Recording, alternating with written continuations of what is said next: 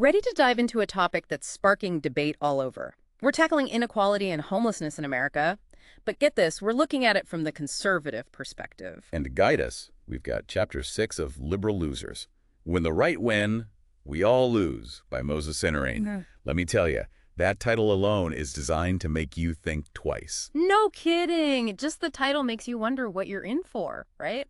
Plus, the author himself is super interesting. Moses Seenarine, son of immigrants, working class background, family history tied to colonialism, and now he's a sociology scholar tackling these huge issues. It's that personal history that really informs his work, you know.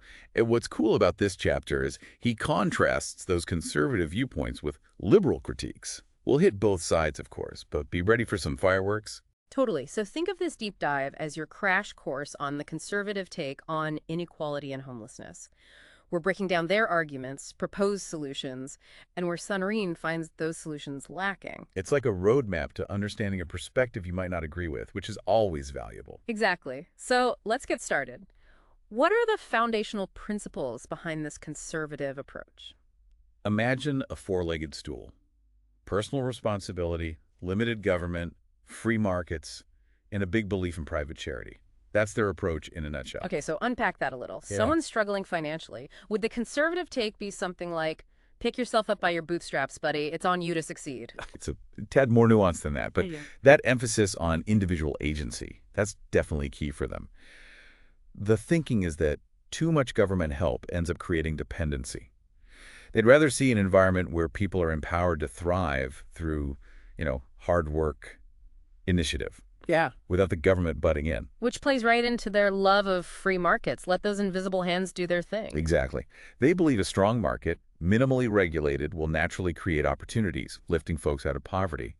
Government intervention, in their view, often just messes things up. But what about those already struggling, those experiencing homelessness? Isn't that where private charities come in? Precisely. Conservatives champion those faith-based organizations, these local community groups, as being way more effective, more compassionate even, than big government programs, especially when it comes to addressing the immediate needs. Okay, so that's the theory. But Seenarine, he gets real, digs into examples of how these beliefs actually become policy. One that caught my eye, the 1996 welfare reform. The Personal Responsibility and Work Opportunity Reconciliation Act, or PRWORA, as it's not so fondly known, a mouthful for sure.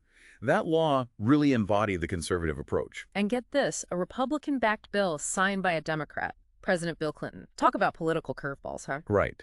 Proof that these issues can't be put into neat little boxes. At the core of PRWORA were those work requirements for anyone receiving welfare. So the logic there is that by requiring recipients to work or be in job training, it breaks that cycle of poverty by, promoting self-sufficiency. Exactly. Giving a hand up, not a handout.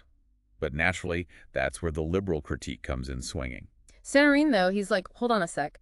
Citing studies, reports saying the reality on the ground, way harsher. Intent, maybe noble, but the execution, well. Not so much. Critics argue that these work requirements, they often lacked any real support systems. Think affordable childcare, reliable transportation. Yeah, because those are givens, right? For single parents, especially mothers, trying to hold down a job with these hurdles. Nearly impossible, sometimes even pushing them deeper into poverty. It's like, learn to swim, splash into the ocean, no life vest. Makes you wonder if anyone actually, lived this reality. Right. It's a complex issue for sure. And this whole relying on markets to fix society. Housing's another example Seenarine digs into. Because shouldn't everyone have a safe, affordable place to live? That seems basic. What's the conservative take on housing policy anyway? They tend to favor market-based solutions. Less government meddling, in their view.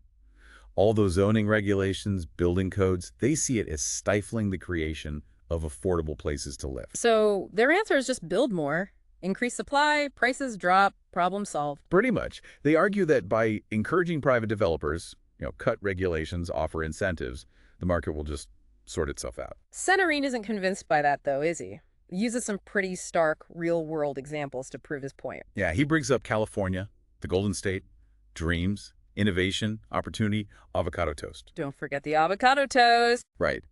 But California's become this example of where the free market approach to housing falls short. It's wild, right? Yeah. This state, it's synonymous with wealth, but so many residents can't even afford to live there. And Seenarine throws out some stats. Yeah. As of last year, 2023, median home price in San Francisco, Over $1.4 million. Median, not even the average. So much for that cute Victorian fixer-upper, and it's not just Sanford, right? Nope. He talks about Los Angeles, average rent for a one-bedroom, over $2,300 a month. Ouch. That eats up a huge chunk of your income, even with a decent job. Imagine minimum wage. And that's his point. These aren't just numbers on a spreadsheet. This is real life. People struggling to keep a roof overhead with these insane costs. And he connects this to another situation. Might hit closer to home, especially if we're thinking retirement, or maybe you've got family in Florida. The condo crisis. This is interesting, right? He talks about how condo owners in Florida, a lot of them retirees, fixed incomes, suddenly slammed with huge special assessments. Wait, break that down. Assessments for what? Things like insurance, which has gone way up, or repairs, building stuff. And we're not talking a couple $100 here. Yeah, that's normal-ish. These are sometimes tens of thousands of dollars, wiping out people's life savings. Brutal. Especially if you thought you were all set for retirement. It's tragic. And then it creates this domino effect. People have to sell, floods the market, prices plummet. Just a bad situation all around. Shows how housing problems, they can impact anyone, not just, the stereotypical low-income folks. Okay, so we've covered the broad conservative views, how those beliefs play out in welfare, housing. But what about the most visible consequence of all this? Homelessness. Seenarine doesn't hold back there, does he? Not at all. Hits you with the hard stats right away. In the U.S., over 650,000 people experience homelessness on any given night, and chronic homelessness, long-term, often with a disability, that's still nearly 130,000 people. It's easy to forget those are human lives when you see the numbers. And he points out how this crisis is most visible in places like L.A., New York, San Francisco, right? Big, prosperous cities. The paradox of prosperity, right? Yeah. But Seenarine's careful to say this isn't just a big city problem. Rural areas, suburbs, they're all grappling with this, often with way less resources. It's easy to forget that, like it's just a big city thing. And then he throws in this very timely legal curveball, the 2024 Supreme Court case, Grants Pass v. Johnson. Huge implications for how cities can even address homelessness, especially encampments. The court ruled that it's not cruel and unusual punishment to fine or arrest someone for sleeping in public, even if there's literally nowhere else to go. Which, as Seenarine points out, seems to miss the point, like punishing people for being poor. Right.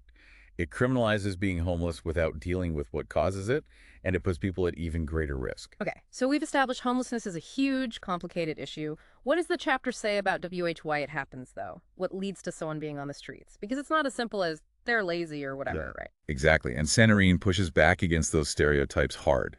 He says the causes are complex, like a tangled up mess of things. So there's the obvious, economics. Lack of affordable housing, wages stuck, not enough jobs, basic survival stuff. Right, but it's got to be more than just finances. It is. He talks about domestic violence, mental health, substance abuse. Like, did you know domestic violence is a leading cause of homelessness for women and kids? I didn't, actually. It's easy to, make assumptions when you see someone. Human nature, but we got to look deeper. And Seenarine doesn't let systemic factors off the hook either. Racial disparities. He points out how much harder it is for Black Americans, Native Americans, to escape homelessness. Which speaks to, the legacy of discrimination, the systems that keep those cycles going. And the criminal justice system. He argues its focus on punishment, not rehab, can actually make homelessness worse. So we've got economic inequality, the housing crisis, all these systemic barriers creating this perfect storm, right?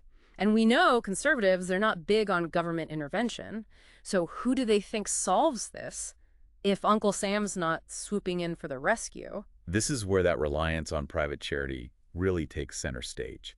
They see faith-based groups, community orgs, nonprofits as way better equipped to handle this than any big government program. Because they're smaller, more agile, less bureaucracy, they can tailor their approach to the community. Exactly. The argument is they're more efficient with donations, they truly get what people need on the ground, and can give that more personalized support. Plus, there's a big moral component for conservatives here, right? Individuals stepping up, showing compassion through charity.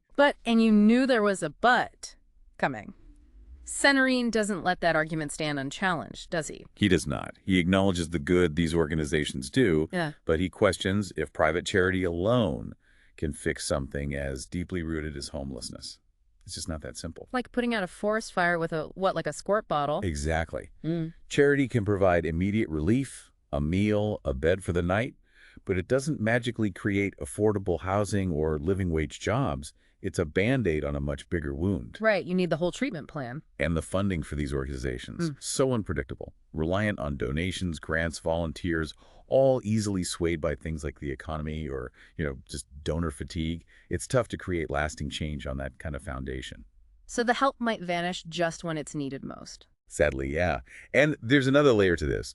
Seenarine argues relying solely on charity, even when it works, can create dependency, not self-sufficiency. And that idea of self-sufficiency, as we talked about, it's huge GE for conservatives. It's like we're back to that push and pull between individual responsibility and the need for bigger picture solutions. So where does Sunnery land on all this? If charities aren't enough and government help is a non-starter for conservatives, what's the answer? $1 million question, right? And Seenarine, in true form, doesn't give us a simple answer. But he does offer a powerful call to action. He wants us to ditch the either-or mindset. It's not charity or government, personal responsibility, or systemic change. It's all of it. These issues are too messy for easy answers. So we need a multi-pronged approach. Exactly. Individuals being compassionate, community supporting each other, and yes, smart, effective government policies tackling those root causes. We're talking investing in truly affordable housing, a living wage, access to healthcare, mental health care too, and breaking down those systems that keep people trapped. No easy task. No, but as Seenarine reminds us, these aren't abstract debates. We're talking about human lives. That's what's at stake. Really puts it all in perspective. So for our listeners who want to dig deeper, where should they go? Liberal Losers is a great starting point. Seenarine lays out these arguments in much more detail. It's eye-opening for sure. Adding it to the reading list. And as always, thanks for joining us on the deep dive. Keep those brains buzzing, and we'll catch you next time.